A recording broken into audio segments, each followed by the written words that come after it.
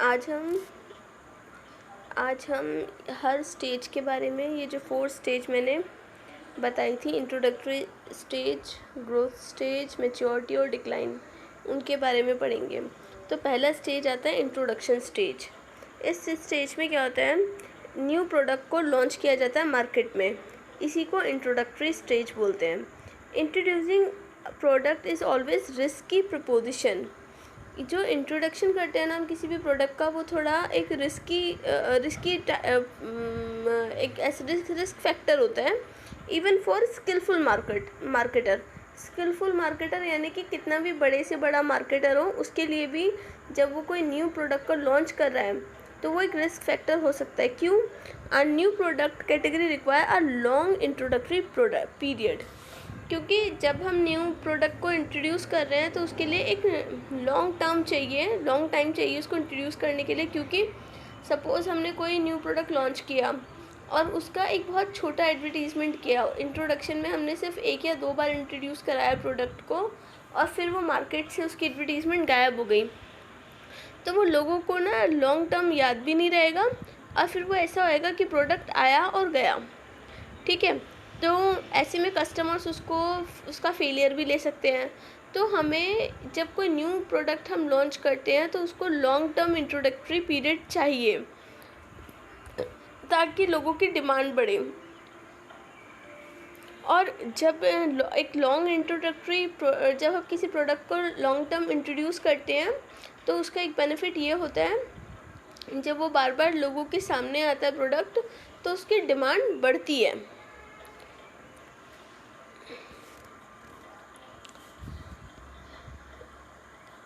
ठीक है, this phase marks the launch of the product in the market. इस phase में जो होता है प्रोडक्ट को मार्केट में लॉन्च किया जाता है, इसको हम कैसे कैटेगराइज कर सकते हैं, introducing, acceptance and attaining the initial distribution. ताकि सबसे पहले उस प्रोडक्ट को क्या करें, एक्सेप्ट करें। जब हमने जो न्यू प्रोडक्ट लॉन्च किया है उसको प्रोडक्ट को जो कस्टमर है उसको इजीली एक्सेप्ट कर पाए। High operational cost arising out inefficient. इसका मतलब क्या है कि हाई ऑपरेशनल कॉस्ट, अगर हमने कोई न्यू प्रोडक्ट लॉन्च किया है, अगर हम उसका जो ऑपरेशनिंग कॉस्ट जो है, जो इंट्रोडक्शन में ही उसका जो कॉस्ट है वो बहुत हाई रखेंगे तो डिमांड पहले ही आधी हो जाएगी। क्योंकि एक सबसे पहले क्या होता है, लोगों के बजट में आना चाहिए, वो लोगों के लिए पॉकेट फ्रेंडली होना चाहिए प्रोडक्ट। ठीक है, तो production of level, bottleneck, high learning time, unwillingness of trade to deal in the product, demand higher margin और एक्सटेंडेड क्रेडिट टर्म्स। ये सब जो चीज़ें हैं इन्होंने बताई है, production level of bottleneck, high learning time, unwillingness of trade. तो ये सब चीज़ें जो होती है ना, इससे हमारा क्या होता है, मार्जिन बढ़ता है और क्रेडिट टर्म्स बढ़ते हैं। ठीक है, अगर हम सिर्फ अपनी कॉस्ट को लोगों के लिए पॉकेट फ्रेंडली रखें तो भी हमारी डिमांड बढ़ेगी। ठीक है, उसको बार बार एडवर्टीज़मेंट में लेके आए, लोगों को चीज़ें याद रहेंगी। ठीक है, high promotion cost on the expectation of the future profit. अगर हम अपने प्रमोशन की कॉस्ट ज़्यादा करें तो भी हमारा फ्यूचर प्रॉफिट, देखो इस बात को ध्यान से समझना कि हाई प्रमोशन कॉस्ट से फ्यूचर प्रॉफिट कैसे मिलेगा। प्रमोशन कॉस्ट यानी कि एडवर्टीज़मेंट को एक लंबे टाइम तक खींचना किसी भी नए प्रोडक्ट को, क्योंकि नया प्रोडक्ट जो मार्केट में आया है वो लोगों के दिमाग में उसकी इमेज रहनी चाहिए, इसलिए हम उसको बार बार फ्रीक्वेंटली उसका ऐड करते हैं। तो एक लंबे टाइम तक जब कोई प्रोडक्ट आता है तो वो लोगों के लिए ब्रांड बन जाता है, यानी कि लोगों को वो याद रहता है उसकी कंपनी क्या है और उस प्रोडक्ट में क्या है। तो उसका हमारे जो फ्यूचर प्रॉफिट्स हैं उनके बढ़ने की संभावना भी बढ़ जाती है। क्योंकि जब एक बार लोगों को याद हो गया, जैसे अब मैगी है, अब मैगी को बार बार उसका ऐड करने की ज़रूरत नहीं है। ठीक है, लोगों को याद हो गया कि मैगी का प्रोडक्ट मार्केट में है, नेस्ले मैगी मिलता है। तो अभी क्या है, वो अगर वो मान लो बहुत सालों तक भी एडवर्टीज़मेंट ना करे ना, तो मैगी बिकेगा। ठीक है, अब जैसे पार्ले जी का है, पार्ले जी का जो ऐड है बीच में आना बंद हो गया था, पर आज तक वो बिकता है।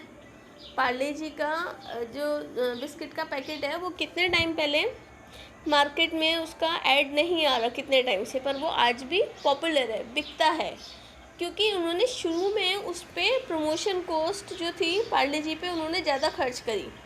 तो दो फैक्टर हैं, हमें एडवर्टीज़मेंट लंबे टाइम तक करना चाहिए और प्रोडक्ट की जो कॉस्ट है वो ज़्यादा नहीं रखनी चाहिए। Customers have low awareness and those who are willing to try the product so in small quantity called trial purchase। Jin customers को न्यू प्रोडक्ट की कम अवेयरनेस होती है और जिनको जो प्रोडक्ट बहुत कम क्वांटिटी में ख़रीदते हैं, उसको ट्रायल परचेज़ कहते हैं। क्योंकि सपोज़ हमने कोई भी प्रोडक्ट मार्केट में लेके आए हैं, तो लोग क्या करते हैं, डरते हैं किसी भी चीज़ को इजीली एक्सेप्ट करने से, तो वो उसको स्मॉल क्वांटिटी में परचेज़ करते हैं। तो वो उनका उसको बोलते हैं ट्रायल परचेज़। पहले वो उसको टेस्ट करते हैं कि वो उनके अकॉर्डिंग है या नहीं, फिर उसको वो ख़रीदते हैं। Competition is limited to few firms and is form indirect और सब्स्टिट्यूट प्रोडक्ट्स। जब कोई न्यू प्रोडक्ट लॉन्च करते हैं तो उसका कंपटीशन लिमिटेड होता है, क्योंकि वो जो न्यू प्रोडक्ट लॉन्च किया गया है उसमें कुछ ना कुछ यूनिकनेस होगा। तो जब तक उससे रिलेवेंट चीज़ें आएंगी तब तक उसका कंपटीशन कम होगा। नेगेटिव प्रॉफिट्स और account of low sales volume. अब negative profits on account of the low sales volume. अच्छा, कई बार जब हमारी सेल्स कम होती है तो उसका नेगेटिव प्रॉफिट होता है, मतलब नेगेटिव इम्पैक्ट पड़ता है। अगर हमने अब मान लो हमने कोई भी प्रोडक्ट न्यू लॉन्च किया है, ठीक है, तो उसकी डिमांड्स बढ़नी चाहिए, मतलब उसकी सेल्स अच्छी होनी चाहिए। अगर सेल्स कम हो रही है तो हमें प्रॉफिट नेगेटिव में होगा। Distribution is limited and promotional expenses are high. और डिस्ट्रीब्यूशन, अगर हम उस प्रोडक्ट को डिस्ट्रीब्यूट कम कर पा रहे हैं, मतलब उसकी जो सप्लाई है वो कम है और प्रमोशनल एक्सपेंसेस बहुत ज़्यादा है, तो इसका भी नेगेटिव इम्पैक्ट पड़ता है हमारे सेल्स पर।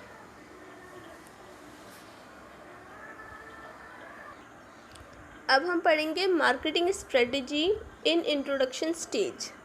अब मार्केटिंग स्ट्रेटजी में क्या होता है, products are promoted to create awareness and also develop market for the product.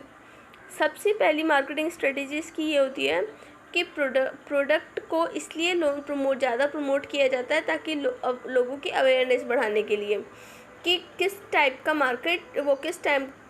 का प्रोडक्ट मार्केट में अवेलेबल है। The pricing of the product may be low to increase penetration and expand the market share or high priced to recover the development cost। जो pricing होती है product की वो लो रखी जाती है। जैसा कि हमने पहले बताया था कि अगर हम कोई न्यू प्रोडक्ट लॉन्च कर रहे हैं तो पहले वो रिस्क फैक्टर पे होता है ऑलरेडी, क्योंकि लोगों को एक्सेप्ट करने में टाइम लगता है। तो इसलिए उस प्रोडक्ट को थोड़ा पॉकेट फ्रेंडली बनाया जाता है, ताकि हाई कॉस्ट होगी तो कोई पहले ही डिमांड नहीं करेगा, तो उसका लो प्राइस रखा जाता है। ये उसकी मार्केटिंग स्ट्रेटजी है। अगर कोई न्यू प्रोडक्ट आप लॉन्च कर रहे हो तो आपको ये ध्यान रखना पड़ेगा कि वो लो प्राइस्ड हो, ठीक है। Increase penetration and expand the market share और high price to recover the development cost. इससे क्या होता है, अगर हम जो प्रोडक्ट का प्राइस कम रखते हैं, इससे मार्केट एक्सपेंड होता है, ठीक है। और जो डेवलपमेंट कॉस्ट है हमारी, जो उसको कॉस्ट जितनी कॉस्टिंग हमारी लगी है उसको हम रिकवर कर सकते हैं आसानी से। Distribution can be selective till consumer show acceptance of the product. जो डिस्ट्रीब्यूशन है वो हम सिलेक्टिव कर सकते हैं, क्योंकि एक हमें आइडिया हो जाता है किस किस एरिया से हमें डिमांड्स आ रही है, तो हम उन एरियाज़ में उस अपने प्रोडक्ट का डिस्ट्रीब्यूट कर सकते हैं। Marketing communication seeks to educate and enhance the product awareness. इसमें ना मार्केटिंग कम्युनिकेशन जो होती है वो मतलब उसकी बहुत ज़्यादा ज़रूरत होती है मार्केटिंग कम्युनिकेशन की, ताकि हम अपने प्रोडक्ट के बारे में लोगों के बीच अवेयरनेस पहुंचा सकें। ठीक है, तो सबसे पहले हमने इसकी कैटेगरी पढ़ी, इंट्रोडक्शन, ये था हमारा इंट्रोडक्टरी स्टेज। उसमें हमने पढ़े कई सारे टॉपिक्स कि मतलब इंट्रोडक्शन स्टेज क्या होता है, क्यों उसको हमें ना उसको पॉकेट फ्रेंडली रखना चाहिए ताकि डिमांड बढ़े। फिर उसकी प्रमोशन कॉस्ट जो होती है वो हाई रखनी चाहिए, यानी कि हमें एडवर्टीज़मेंट पे ज़्यादा पैसा खर्चा करना चाहिए ताकि लोगों की नज़रों में वो बार बार आए प्रोडक्ट, और वो एक लोगों की नज़रों में ब्रांड बन सके, ताकि जो लोग, और इसमें क्या होता है, जिन लोगों को नए प्रोडक्ट के बारे में नहीं पता वो उसको ट्रायल बेसिस पे ख़रीदते हैं। जब न्यू प्रोडक्ट लॉन्च करते हैं तो वहाँ पे कंपटीशन थोड़ा कम होता है, क्योंकि उससे रिलेवेंट प्रोडक्ट्स अभी मार्केट में अवेलेबल नहीं है। ठीक है, अगर हमारी सेल्स कम है तो उसका नेगेटिव प्रॉफिट मिलेगा हमें। अगर डिस्ट्रीब्यूशन कम है ठीक है, तो हमें इसमें हमें डिस्ट्रीब्यूशन लिमिटेड होता है, प्रमोशनल एक्सपेंसेस हाई होते हैं। प्रमोशनल एक्सपेंसेस तो मतलब एडवर्टीज़मेंट हमें उसका हाई रखना पड़ता है, क्योंकि शुरू में अगर कोई हम नया प्रोडक्ट लेके आए हैं तो लोगों के बीच अवेयरनेस फैलाने में, लोग अपने प्रोडक्ट को ब्रांड बनाने में समय लगता है। ठीक है, इसकी मार्केटिंग स्ट्रेटजी मैंने पढ़ाई। अभी जो ये इंट्रोडक्टरी स्टेज है प्रोडक्ट का, आपको अगर समझ में आया तो मुझे इसका फीडबैक देना बेटा।